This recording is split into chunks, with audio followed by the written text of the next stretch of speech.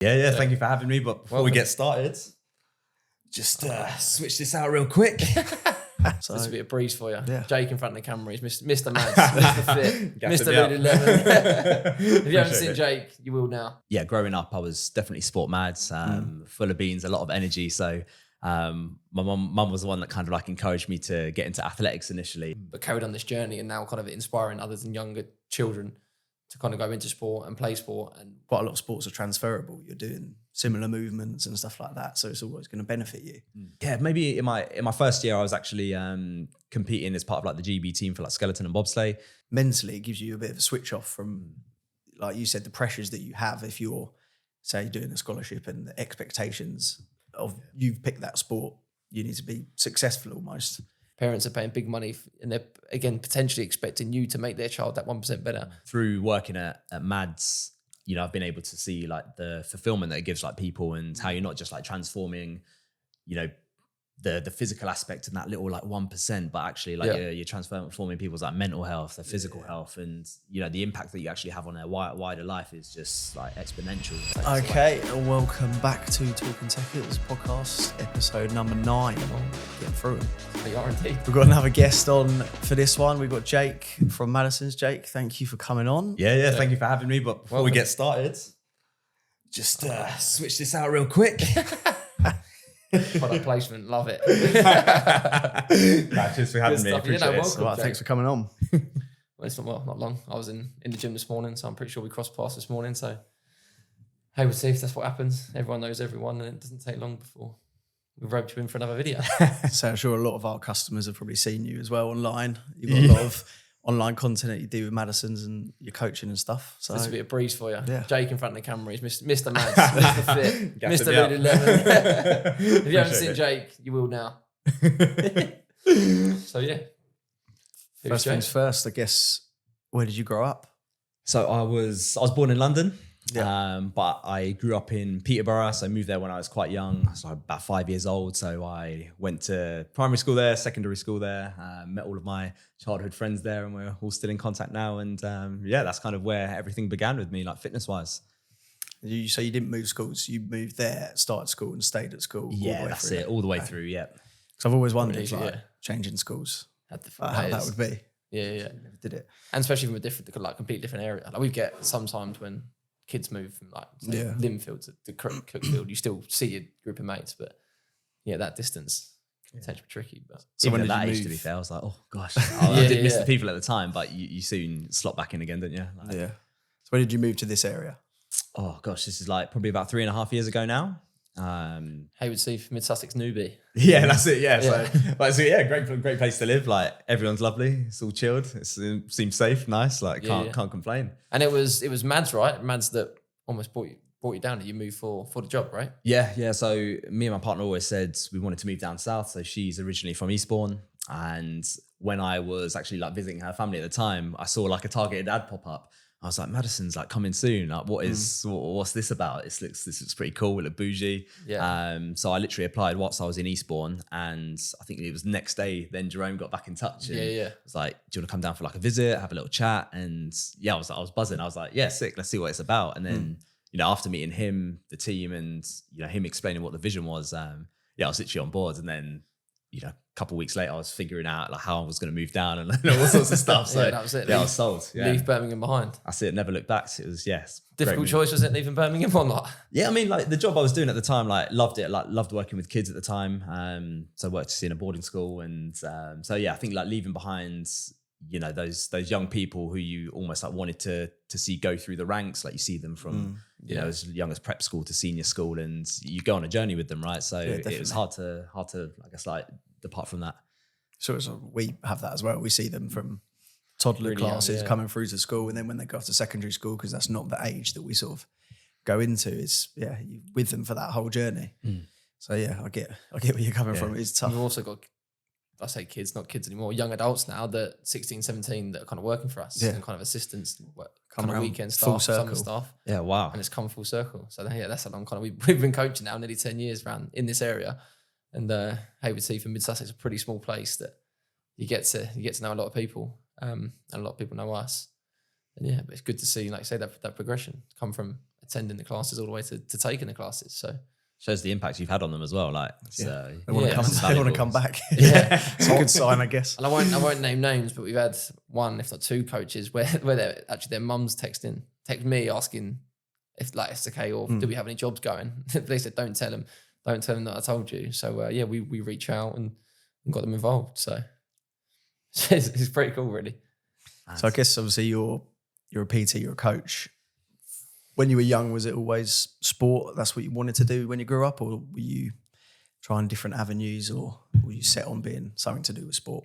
Yeah, so it was always going to be, well, maybe not always, but I think, growing up, I was definitely sport mad, full of beans, a lot of energy. So my mum was the one that kind of like encouraged me to get into athletics initially. So she's like, you're always running about. Like, we need to kind of like direct this energy into something. So, that was it. I grew up and spent a lot of time doing a variety of different sports, but I think my favorite one at the time was athletics. So I had the pleasure of, competing at like a national level, winning national sprint championships. So what are you doing, sprinting? Yeah, what was your distance? 100, 200, 400, jumping. And the dream was to go to, the Olympics, to be fair. But, injuries and setbacks kind of get in the way. That's like part of like an athlete's journey and, being able to deal with that. And I guess like step away and, figure out what life beyond sport is and figuring out like who you are as a person and like your identity. I think that's something that's so important. I think growing up, you attach so much of your being onto your sport. So I think, it was always sport, but then I kind of like found avenues, other enjoyments, hobbies. But still like sport. It's amazing though, it's come full circle, similar to us. Again, obviously it was always sport, wasn't it? It's always sport. Both of us, I think, similar to you. Similar sort of journey, speaking for myself here, that football was my sport and I concentrated mainly on that. Yeah. And tried to go kind of through the ranks, got up kind of semi-professional level and kind of scouted around and had trials here and there like everyone seems to have. Didn't quite make it. Didn't fall out of love with sport, but carried on this journey and now kind of inspiring others and younger children to kind of go into sport and play sport. And what we do we're not elitist, so we're not inviting people in and promising academy and promising dreams. We're just getting people involved in sport at kind of a base foundation level and making them fall in love with it. And hopefully if that takes them on to amazing, if they can become professional athletes in whatever sport it might be, because we do multi-sports as well, not just football, then amazing. If not, if we can inspire children to go in sport and work in sport and continue to be active, then kind of that's what we can do. And that's what we'd love to do as well. So yeah, that's wicked. Yeah, it's cool. So you went to school, did you go to university? Yeah, I went to university. So I did my undergrad degree in sports science. Awesome 3 years, kind of like touched on a load of different topics like the physical aspect, nutrition, psychology. I'm pretty sure my brother did sports science. Yeah. It's the same course. It's great. You just thought I was going to be doing that sport the whole time. But there's a little bit more science behind it as well. Were you training hard? I guess obviously at that point, were you also training hard for athletics, or were you a bit of a party boy and letting yourself go? I'd say definitely like in my... When you get the balance right. Maybe in my first year, I was actually competing as part of like the GB team for like skeleton and bobsleigh. So I was in that setup. So when my kind of sprinting career ended, that's kind of what I transitioned to. So I spent a lot of my first year probably of uni, like traveling around the country, training camps, bits and bobs. But then when I kind of got dropped from that GB setup, it's when I went into the second year. It's unbelievable. I don't think GB bobsleigh on the podcast. That would be first. Then I went for it a little bit on the old, the older soda juice. Fair play. It catches up with us all, don't you worry. So obviously going through uni, doing that course, coming out of uni, did you have a specific job in mind that you wanted to sort of go for, or was it, I'm interested in sport, I've got the degree now. Yeah, kept chasing that dream. I think for me, it was always going to be working in elite sport, like professional sport as a strength and conditioning coach. So finishing like my undergrad degree, I then went on to my master's degree, specialized in strength and conditioning. And then after kind of your master's, you're throwing out job applications, and it's super common in the field to just go wherever the jobs take you. So I was applying north, south, east, west, like all over the place, wherever would have me at the time, to be fair. It's been it's just one of those ones. I think when you've gone through that process yourself, it kind of like sets you up with the understanding of what it takes to work at a top level. And the qualities that are needed from like a physical standpoint. And I loved banging gym. So I think that was, so I got into hand in hand. And how does it differ now then? Because essentially, I guess you don't train too many pro athletes now. You're at kind of a different stage where potentially a lot of your client base might even just be starting out. Yeah. Some that are potentially obviously into fitness and got a reasonable fitness already. But then also, like you say, wanting to kind of work with kind of the elite athletes as well, which you kind of have done as well. So how does that differ, and where do you see yourself now? Is it something you want to get back into, or are you kind of happy kind of with where you are, and do you find a different kind of enjoyment, different fulfillment with kind of the stages of fitness that people are at now than kind of the people that you're coaching at Mads? Or I think like there's definitely like a difference in like kind of like skill and ability level. And I think when I transitioned into working with like general population, I guess it's always like a bit of a risk because you don't know if you're going to love it. But I think through working at Mads, you know, I've been able to see like the fulfillment that it gives like people, and how you're not just like transforming, you know, the physical aspect and that little like 1%, but actually like you're transforming people's like mental health, their physical health, and you know the impact that you actually have on their wider life is just like exponential. And I think that's something that you're probably missing from elite sport. You're just working for fine margins, like results. Results, we're trying to win. Very, very intense almost. That's it. Like you got to live and breathe. And a result's usually a number, right, or a time. Whereas with, like I said, the general population, a result could be anything. It could be being able to play with their children more because they're more active. It could be they're more confident, so their relationships are better with their peers, their family, at work, whatever it might be.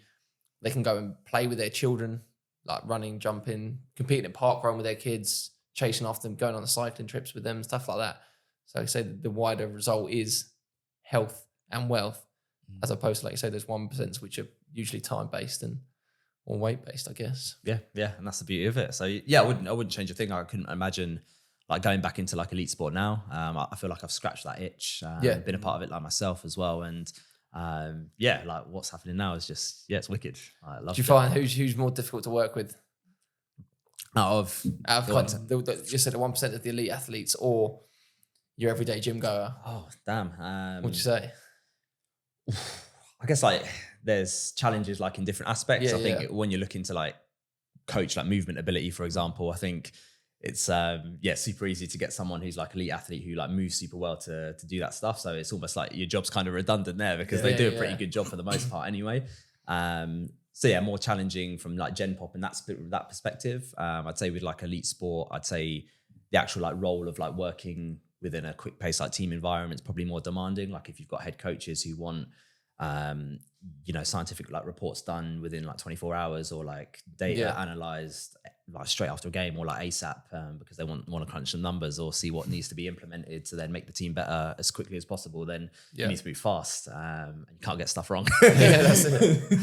The data doesn't lie, right? That's it. Yeah, exactly that. So what was your first job coming out of uni?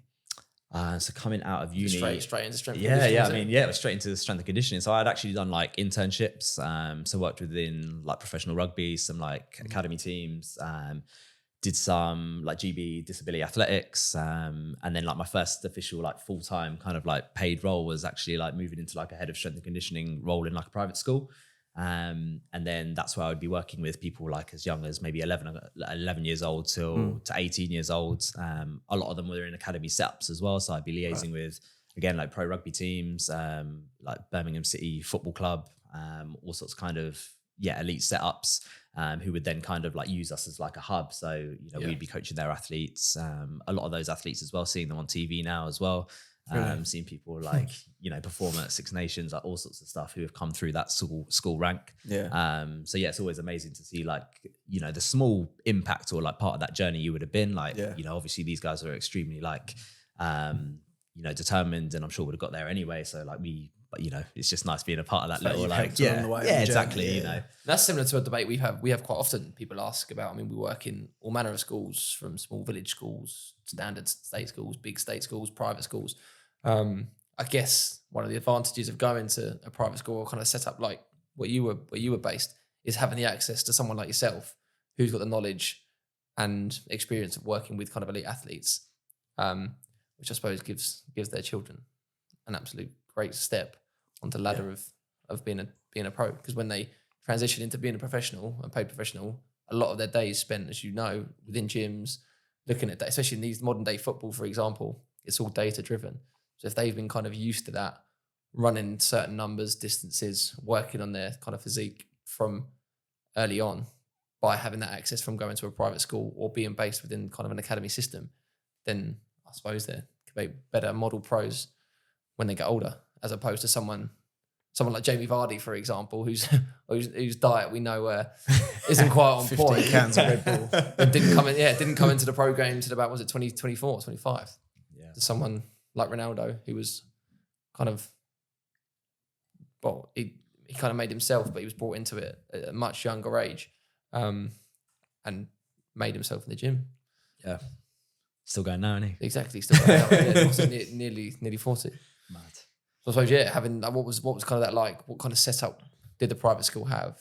Facilities wise, gyms, space, track, obviously, and also access, I guess, coaches. I mean, you must have not just yourself. I suppose you had a bank of coaches as well that had different expertise in different areas. Yeah. So I mean, like our setup, super common in like, there's co-ed like boarding schools to have like your directors of sport who might have also been like professional sports person, like people themselves. Yeah.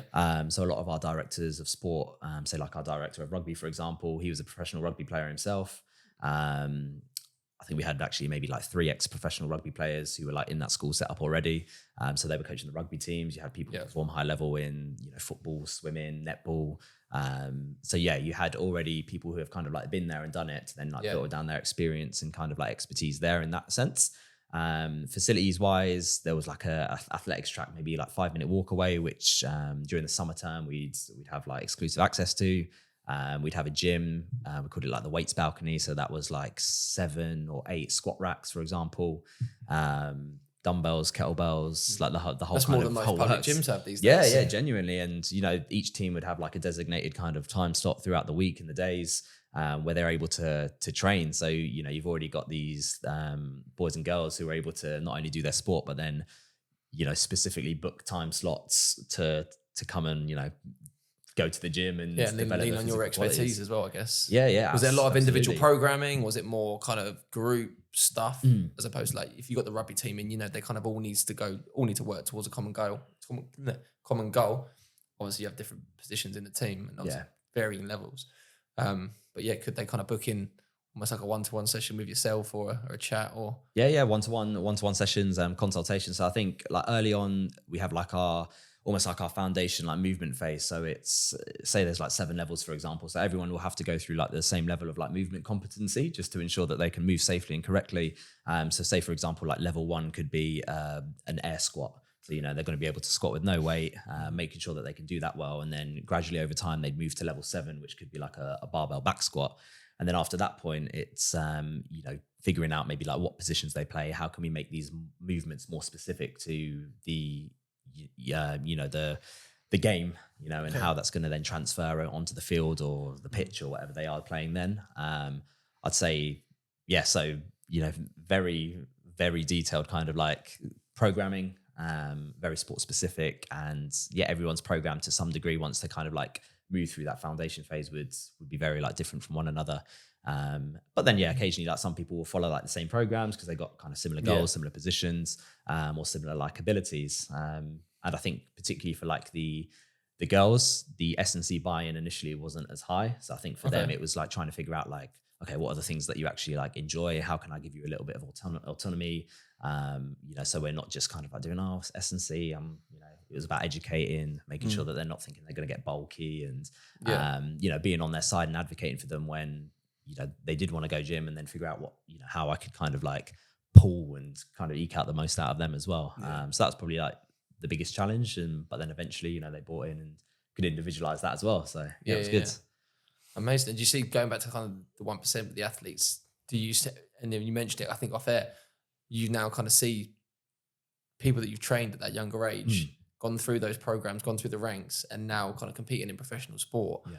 And you think, obviously I'm not saying it's all down to you, which it probably was, but how beneficial is it seeing and being able to have access to, like say to yourself and to those facilities from a younger age, being able to move, like say you can move, help them move, be able to move correctly, to be able to get them into professional sport over someone that potentially might not have had access to those type of things, and just kind of more relying on raw talent as opposed to talent and some kind of good genetics and good work rate behind them, I suppose. Yeah, massively beneficial. I think, they've already kind of got like a step ahead there. The parents are paying for it, do you know what I mean? So, they have access to that stuff. And I think the connections that they have with clubs as well. And the fact that, some of the people that you're already kind of like working with in the setup have those connections because they've been in professional sport themselves. So it's then quite easy to be like, oh, I've got this boy, I've got this girl here who can do X, Y, Z. And then, doors open a lot easier to some degree. Yeah. But I do find that, I guess, in comparison to like a state school, I think the pressure that's put on a lot of the pupils in the private school was a lot higher. I'd probably say that where I would encourage like young athletes or young people to take part in a variety of different sport and not like specialize in one thing too soon, you then did have a lot of kind of like, I guess, school politics where some people have their jobs to do, right? And you might have a certain sport saying, no, I need this person to just do this, but actually like to the detriment of what the child actually wants to do, or they've kind of got results and targets they need to hit. But in my opinion, I would always brush that to one side. I want what's best for the kids. So it's also then trying to find that balance, which I think is trickier potentially in a private school setting. So is it a lot more, like you say, the pressure, is that coming from the school then, or is it the parents, not necessarily the kids themselves? Do you think the kids actually get much of a say? Do you reckon they're actually heard? It depends. I think if you're like a scholarship, maybe like athlete in a school as well, you've kind of like gone for that sport. So there's certain like expectations, but at the same time, they also want to do like other sports and they should be entitled to do that. And it's actually probably better for their physical development, like long term, before they go into like the senior ranks. And we try to encourage that as well. Like it's 100%. But there's pressures kind of like from all angles really. So we see parents ask us the question, what can we do a little bit extra? Can we do 1-to-1? Can we do this? Can we do that? And I say as well, summer is obviously a great opportunity for that. They don't need to be training football another 2-3 times for 6 weeks throughout the summer. It's like when we had Mark on. Was an ex-professional footballer now, coaches academies and stuff. He said when he was younger, he'd do different sports. He didn't just play football. He did boxing and stuff. He did his boxing and stuff because it gives you that mentally. It gives you a bit of a switch off from, like you said, the pressures that you have if you're, say, doing a scholarship and the expectations of you've picked that sport. You need to be successful almost. Having that downtime to focus on something else. And also the physical benefits of quite a lot of sports are transferable. You're doing similar movements and stuff like that. So it's always going to benefit you. So it's interesting. Something like tennis, I mean, like the lateral movements in tennis are crucial for like anything in rugby, football, being able to be defender, rugby again, trying to beat people or make a tackle when someone makes kind of a last minute lunge or dip to the side. You can get that just through tennis coaching. Or tennis, or just playing tennis in the summer. You haven't necessarily got to go out on a football pitch and just run side to side. It'd be much more enjoyable, especially the ages we work out, a lot of kind of 11 and below. They'll find it much more enjoyable and get more out of it if they went and done a tennis club for the summer or a few tennis camps or whatever it might be, as opposed to kind of just going and being told to run around a pitch or say do extra sprints in the summer. They can get all those physical benefits just from doing a different sport. And obviously also a different coach, I think. Different coach that might see something slightly differently, have a slightly different expertise level, pick up on something that potentially they can improve on, or again, have, like you were saying, different connections. They might open doors, like someone like yourself, someone like, for example, I know you, like if someone hadn't worked with us or hadn't encouraged them to potentially maybe do stuff with yourself by doing a different sport, that's an opportunity missed. So sport's all about opportunity. Sport's quite a small world once you get in it. Everyone seems to know everyone. And again, we're talking off air about gyms and, quite a lot of the gym owners around here. But we always encourage kids to get out, go try different sports. And that's why we kind of do multi-sports as well. We're giving people kind of the autonomy to pick sometimes. And we run multiple sports, multiple specific sports sessions that are obviously different. And also general multi-sports where we'll change sports during every single week. And we've had it before where a parent will write in, we might have done a dodgeball club or a tennis club, and they might, do you do a specific tennis club? It was the first time my child did a tennis lesson or tennis class. Can you point me in the direction of the tennis classes? And again, if we don't do it, we can also, and we're happy to point them in the direction of the tennis club or local Haywards Heath tennis club or Linfield tennis club, or whatever it might be, wherever we've got connections, whatever sport may be. I think that's one question we get asked a lot. It's like, should we do extra training in the summer? Going back to my original point. And like you said, I think from someone that knows what they're talking about, get out and do as many different sports as you can. 100%, definitely. And athletics, I suppose. Athletics is a tricky one because, again, I guess you need, or not necessarily need, but obviously access to a track or just space, I guess. Yeah, and that's it. Sometimes for some people, that's it. It's the opportunity to have like the facilities on your doorstep. Like it's dictated by that opportunity as well, I suppose. I think there was one book that I read called like Bounce, like a sports psychology book, and in this like one local area, I think they were able to produce several like table tennis champions just in like a small radius, just because that was the opportunity. That's the sport that was available there. They had top coaches, top like facilities, and it just goes to show that sometimes it's where you're born, where you are like demographically, the opportunities that you have that will kind of like dictate what you then sometimes fall into as well. I guess it's getting better, and also I think where we are based in Sussex, we have access to quite a lot of sports, quite a lot of facilities, high class facilities as well. Again, we've got a lot of private schools that have running tracks and squash rooms, and I mean, we were in a private school the other day that's got a golf studio, like indoor golf simulator, squash court within the school, stuff like that. So that's it. I know. So access is getting a lot better to back in the day where all you had was the field and maybe a muddy bog trot as we had. That was our athletics. Yeah, we had that through Oakhall Woods. That's about as much athletics as we got, and half a sandpit with a lot of weeds growing in it. That's about as good as it got for us. Yeah. Yeah, geez. I guess, so touching on you saying about how you've seen some people playing in like the Six Nations and stuff that you helped coach and things like that. Thinking back to when they were at school, could you tell that individual was going to go on and excel, or was it something that was hard to notice? Yeah, I mean, I think like based on a lot of like, once they kind of reach a certain point, like physically they're in an academy, they're performing really well. And I guess at that point, it's like, can they stay injury free? Yeah. Are they going to be able to adhere to the program that they need to adhere to? How are they going to cope under the pressure of moving from, that kind of like youth, junior to senior level, which is a huge jump as well. Sometimes people will think, I'm in junior GB team right now, or I'm in, playing at academy level, but actually the amount of people that drop off, we're going towards those senior ranks is huge, and the pressure's a lot more. The game's a lot quicker.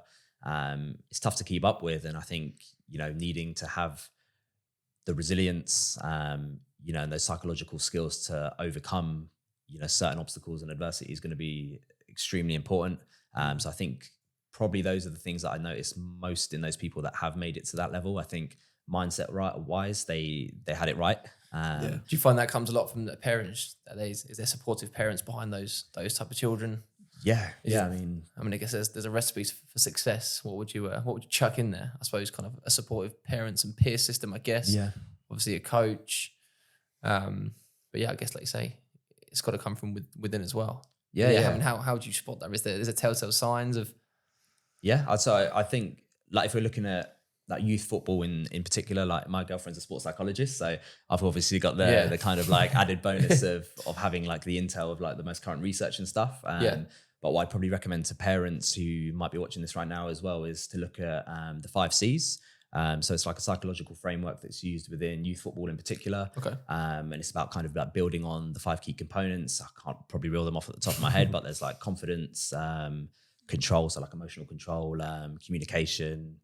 What else is there? There's another couple there that you can kind of delve into. But the parents will have like a huge impact on how those kind of psychological characteristics are going to be developed. And it's hard to say, like I'm not a parent myself, and obviously when you're supporting your child, you wear your heart on your sleeve, right? But I think there's definitely like better approaches to supporting your child, like when they are like coming up and stuff as well. I think when I've watched kind of like maybe people take their kids to like football games, you see like people who are super passionate, like on the sideline and stuff, and really like getting involved. But then when that kid sometimes might do something wrong or they're not unsure, like what I've noticed when I've kind of been on the school end, they'll constantly look to their parent for like approval. It's like, okay, have I done this wrong? But actually it's something called like positive neutral. You want to be there supporting them when things go right and when they go wrong as well. So, imagine just always constantly having a smile on your face. You want them to problem solve. You want them to be like autonomous and figure things out themselves. You don't want to be like, oh no, I'm looking at dad now and he's like, is he disappointed? Is he like this? So there's like little subtle cues that can actually have like a massive impact in like a youth's development. And I think those psychological skills are something that I probably advise be looked at further if they're not already. And communication, honesty, openness is going to be a massive one to allow your kid to thrive, because if they're walking on eggshells, then it's not going to be great as well. Yeah, like you said, you get the pushy parents as well that want to push their child into football that might not necessarily enjoy football. And we've had that as well. I mean, we've had it at some of our clubs, and we've had some children go, I don't really like football, but my mum said I want to be, my dad said I've got to be here. Like, I don't want to disappoint. I don't want to disappoint, right? Yeah. So, why did you do that today? Why are you coming to club? And he's like, I don't really want to be here, but my dad loves football, so I want to get involved in football. Which you can flip that both ways, right? Yeah.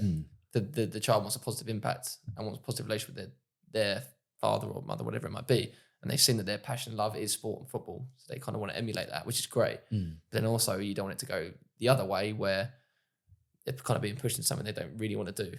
Yeah, potentially taking up time and resenting it. End up resenting it in the end, and ultimately want children especially, obviously, to grow up loving and enjoying sport and doing what they do for themselves as well, not just to please others. Yeah, definitely. And the other thing as well, like, I don't know if you've seen this before, is like with parents, if you're, I guess like you finish a game, it's, I guess like always thinking about trying to build that like intrinsic motivation as well. So it's like, how can I get the most out of this child to actually want the best for themselves and trying to minimize those external rewards. So, if you win a game, it's don't go and buy your kid a McDonald's just because they've won a game, for example. And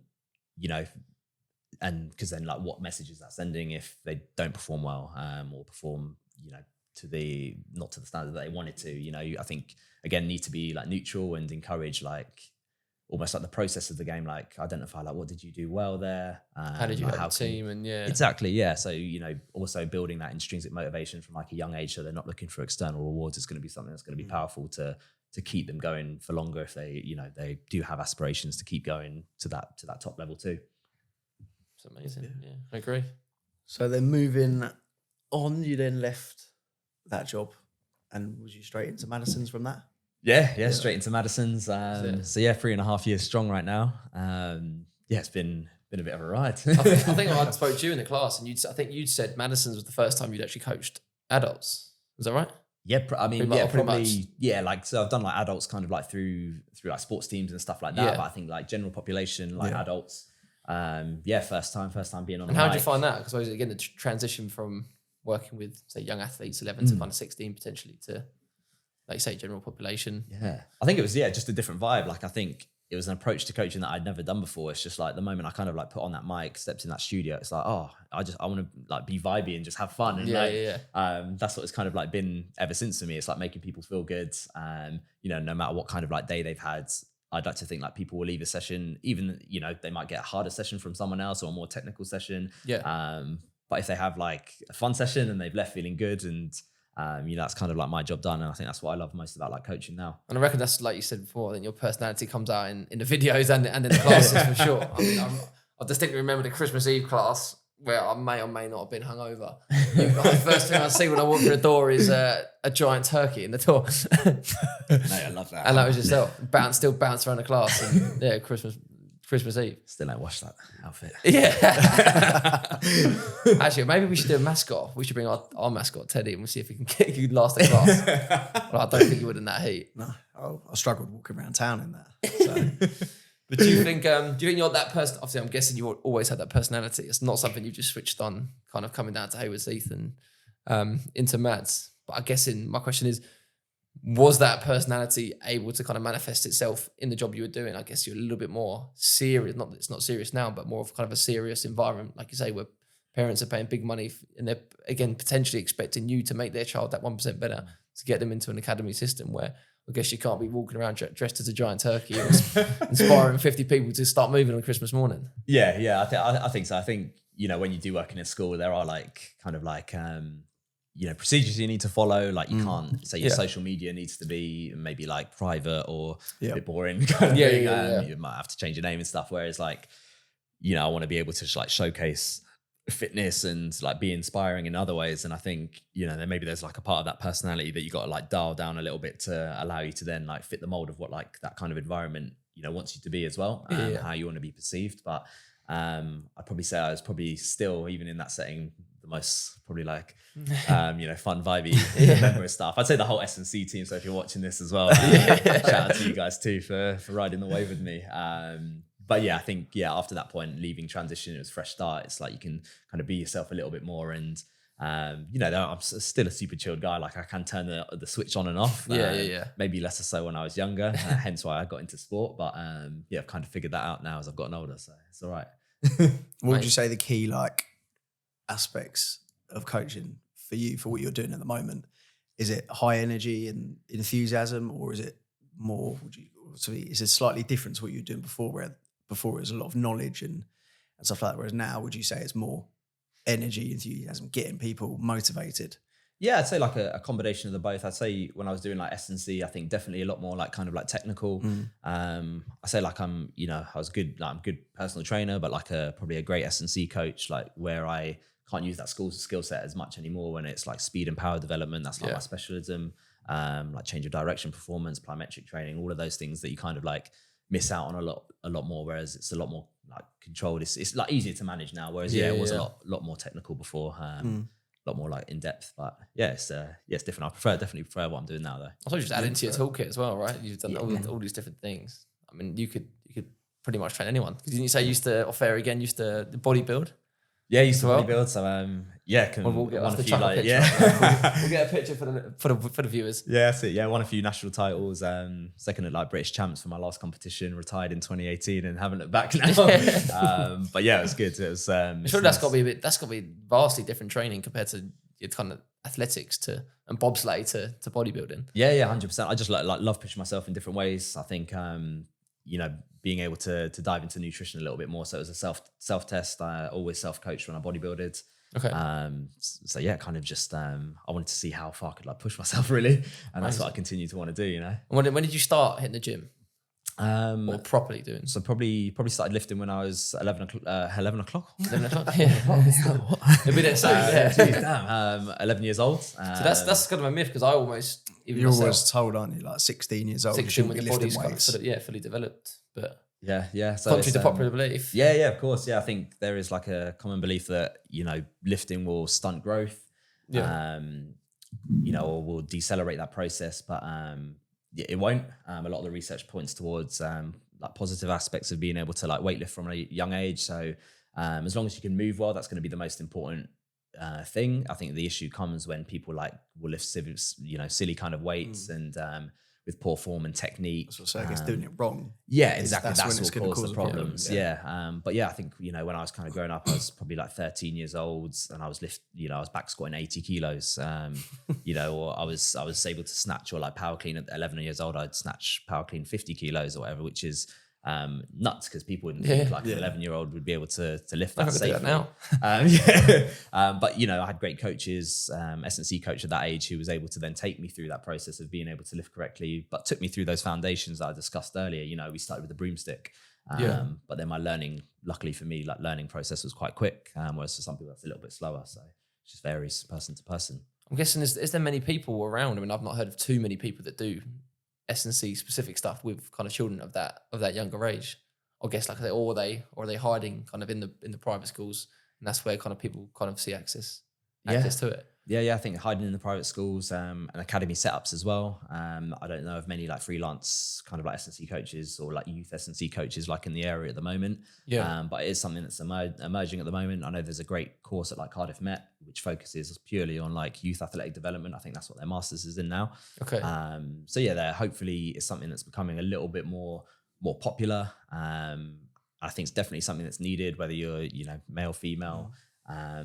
And also at different ages as well, you kind of get people who go through the process of like puberty as well, who might be, great at their sport or great at lifting initially, but sometimes when they have growth spurts and stuff, they're having to relearn like motor skills again, whether that's in their football, whether that's in the gym. And, coaches, S&C coaches or other coaches will have that understanding as well and be able to adapt the sessions accordingly to help people go through that process as well. They're out there, but they're out there. Just, maybe just not. A very niche market, I guess. It's gonna emerge in the coming years, I guess. I guess for you, obviously, because you started so young, was it an influence from your parents? Was it something that they were sort of into and they got you into it as well?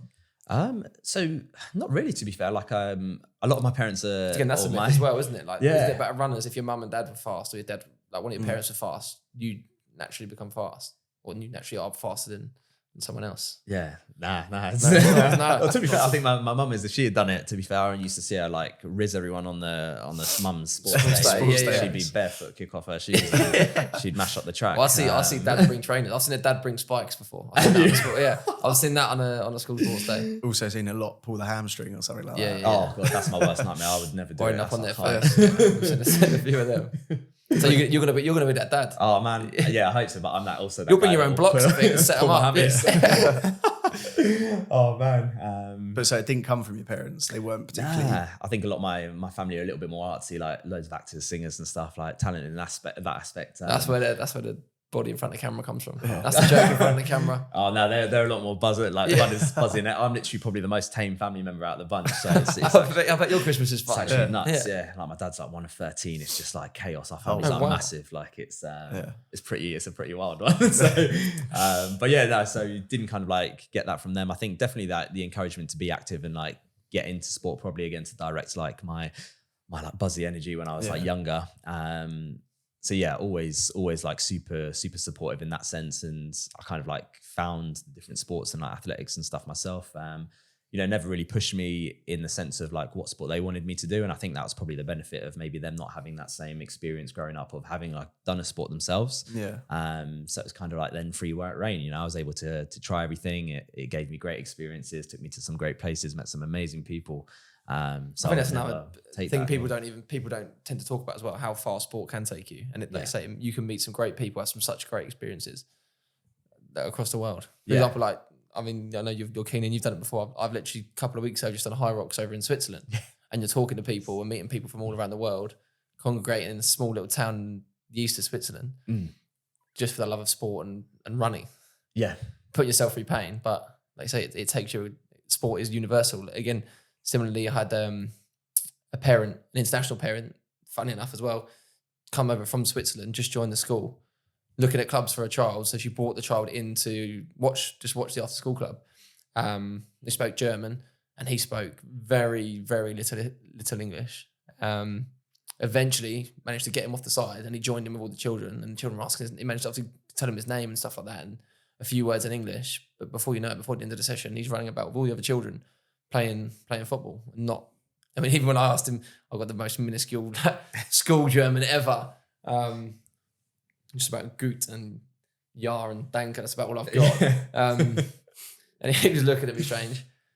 But yeah, like that universal sport is a universal language, right? And when I've done it as well, I've taught children from multiple backgrounds and languages.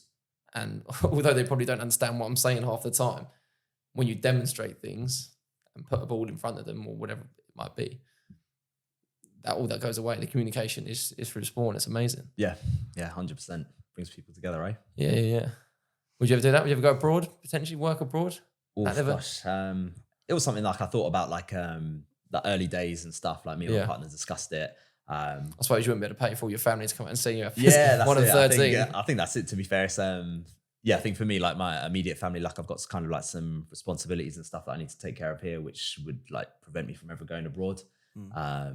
So yeah, kind of, it's like was something that could have been a thing, but probably nothing like immediate. But you never say never. You never know, exactly. Yeah.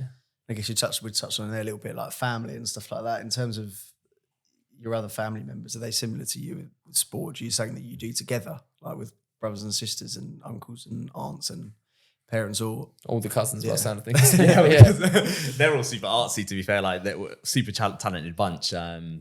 Singers, dancers, bits and bobs. In terms of like sport, maybe sometimes with my dad, I might kind of like go on runs with him and stuff. So he kind of like, he did enjoy like cross country when he was growing up, to be fair. But again, it was just like a more of a casual thing that he like enjoyed.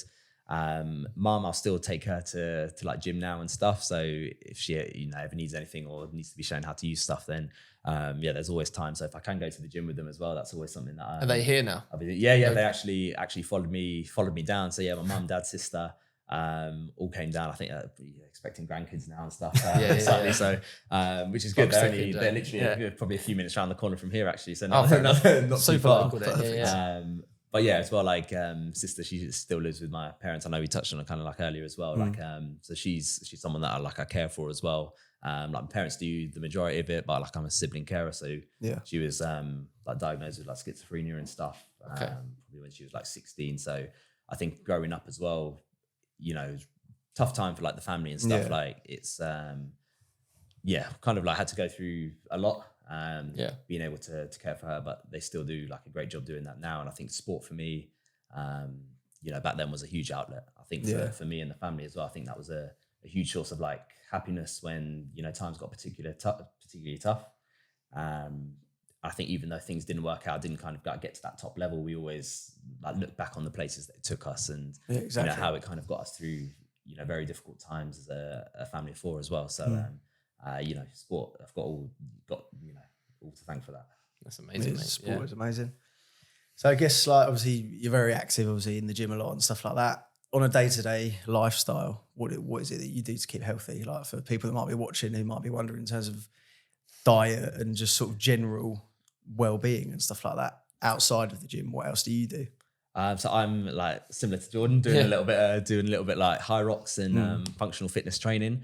I think training for me now more than ever is kind of just about like health and longevity. You know, I want to be able to be fit for, you know, kids one day if that's on the cards for me, and you know, be able to be healthy for family and friends. So I think a lot of my stuff is what you class as, I guess, a little bit more like functional, being able to move my body in a variety of different ways. You know, on and off the ground, side to side, laterally, do you know what I mean? Like just whatever, instead of focusing more so on like aesthetics and like bodybuilding. It's just about health for me. I'm not too bothered about like how I look nowadays. Just more like how I move and feel like within myself. So I train probably like 5-6 days a week. At the moment, I'm working around for some injuries, so my split is a little bit more bodybuilding at the moment, just because that's all I can do. Apart from run club, can still run, thankfully. So that's good. That's kind of like a nice feel to do. So looking forward to that. Run club Wednesday, Friday, Sunday. Plugging that. Make sure you're there. 7 o'clock. That's it. So what about? I see you're wearing your Lululemon top. Where did that come in? Yes. I mean, kind of like popped into the shop a couple of years back. I'd never worn their gear or anything, but someone had like recommended it, and I wanted to see what it was about. Like, quality's amazing. And then obviously like through working at Maddisons as well, it's kind of like, oh, okay, you know, what kind of relationship can we conjure up here? So walked into the store one day, spoke to like the team and stuff, and kind of got talking, like all got on really well. And then from that, I guess like asked them, like, you know, would you be interested in setting up some sort of like a run club series together, like a little collaboration? So they came over, saw the space of like Maddisons, saw like what it was like and how it like closely aligned with like what, you know, they are, their goals and values. Exactly, their goals, their values, but also that like kind of like luxury element of like a brand.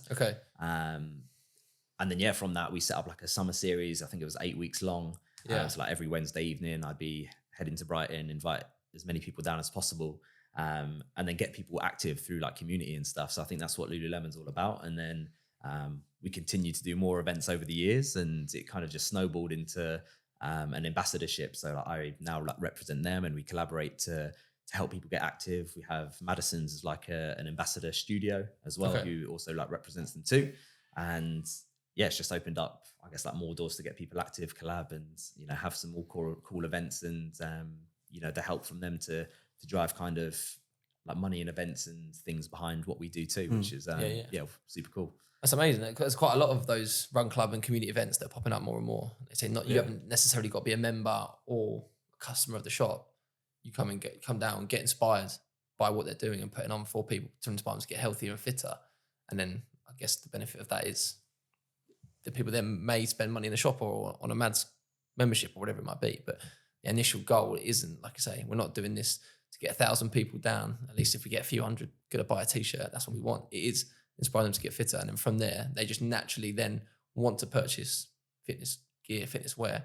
And obviously if everyone's wearing it and sponsored by it, then they're more inclined to kind of jump on with Lululemon, or like I say, if it's a Mads Runs club that they join, like the vibe with the coaches and the community, then they're more inclined to join Maddisons as a community, as a gym, over a pure gym or whatever it might be. Yeah. It's the key word, isn't it? Community. It's like you said with Lululemon, that community, and the same with Maddison, similar sort of thing. it's not just a shop or a gym. It's, you know, people meeting new people and making it a little bit different, not just going to the gym on your own and motivating yourself and going in and doing half an hour and being like, oh dear, I'm not feeling it today. You've got people around you that motivate you and it helps in your journey. 100%.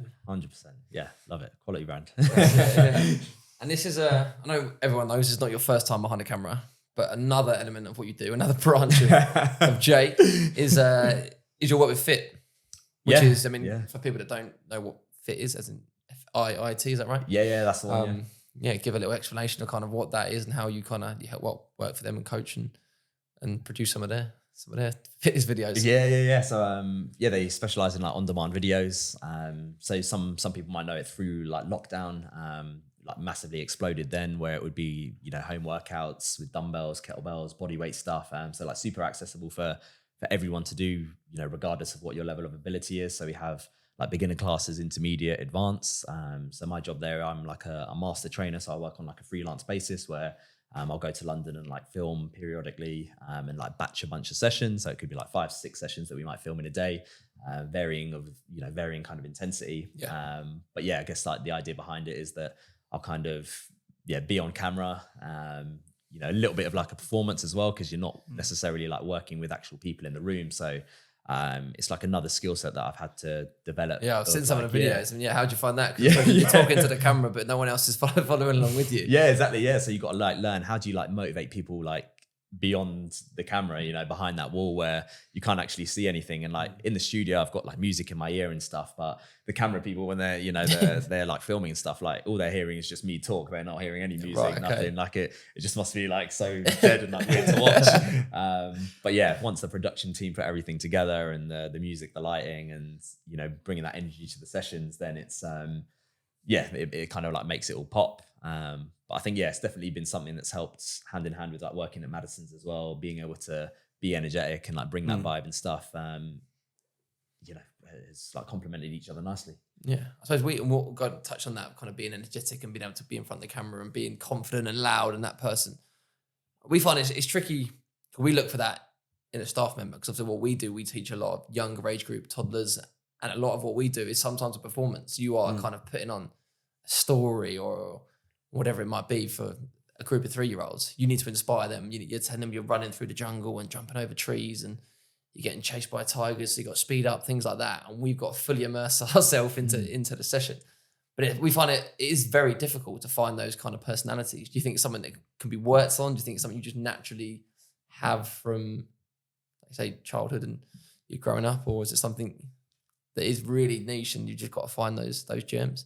Yeah, I think definitely something that can be worked on. I think, as you said, like it is like a performance. I think what I've seen, particularly in like the London-based like fitness scene, is a lot of people actually come from like performing arts background. Okay. So when you go to those big gyms, can't name any of them now. Love Maddisons. But yeah, some of those big like London-based studios. A lot of the resumes of those people, it's went to drama school, and fitness for them is almost like kind of like the equivalent of what like, you know, waiting used to be, you know, whilst you're waiting for like your filming gig and stuff. So because they're super like energetic, and for them it's all about like the performance and bringing the energy.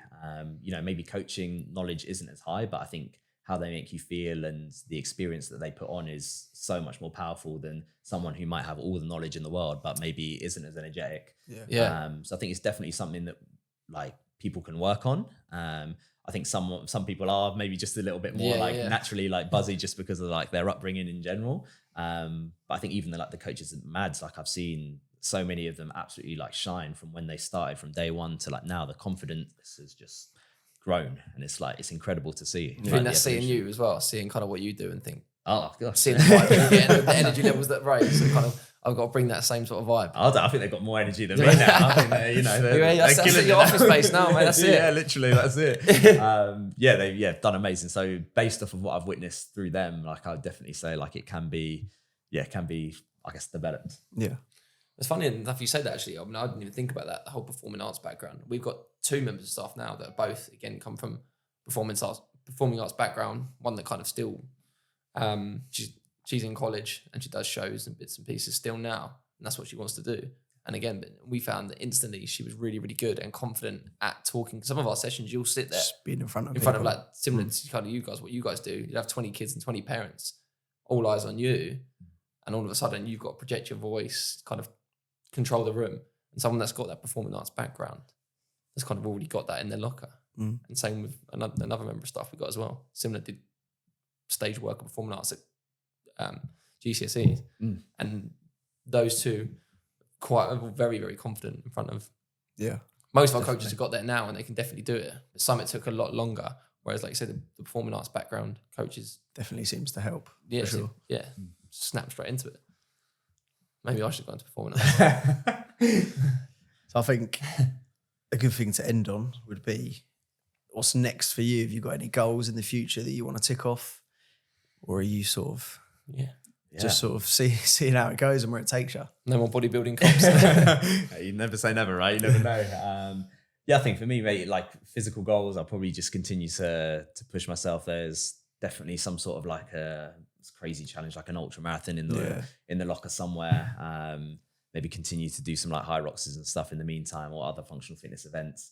I am getting to the point where like my joints are battered, I'm not gonna lie. So I think I can do the stuff I could have maybe done 10 years ago, but it's not quite there anymore. So I'll continue to chase little dreams. Professionally as well, I think, having recently stepped into a new role at Maddisons, where I'll focus a little bit more on like community and like just growth of the business, like in general. I've been learning a lot from like Jerome, and I've been working closely with Tyler and stuff. So it's an amazing team, and we've got exciting stuff coming in the future. I can't say too much at the moment, but it's going to be. No spoiler alert. It's going to be. Spoiler alert. It's going to be. An amazing journey, which I'm looking forward to continuing. Carrying on. So I think like immediate, like long-term goals. I think I'll be staying put. My family are nearby as well, so that for me is like a massive priority at the moment as well. Just kind of getting to grips with that stuff and supporting one another, and I'm kind of like happy doing what I'm doing. That's it. Amazing stuff. Happiness is the key. That's it. All day long. So not getting back in classes anytime soon. Not getting back into the classes anytime soon. Hey, you never know. There might be a little Super Saturday guest appearance or something. Bring the vibe, the R&B vibes. That's it. Oh, always. Decent. Yeah. Amazing. Jake, thank you very much for coming on. Yeah, thanks for having me. Appreciate it. Cheers, guys. See you in the morning. Run club. See you then. That's it. 7 a.m. See you all there. I'll be in bed. Better. Yes, then, guys. Thanks for watching. That was episode 9. That was. Jake. Like and subscribe, and keep your eyes peeled for the next one. Yeah. If you want any advice on kind of S&C stuff for kids, or if you want us to kind of point you in the direction, or potential books or papers that you might want to take a look at, let us know. Yeah. See you on the next one. Cheers, Jake. Sweet. Nice one, guys. Cheers. Job done. Wrapped. Bubble pod. Done. Made it. Smashed it, Jake.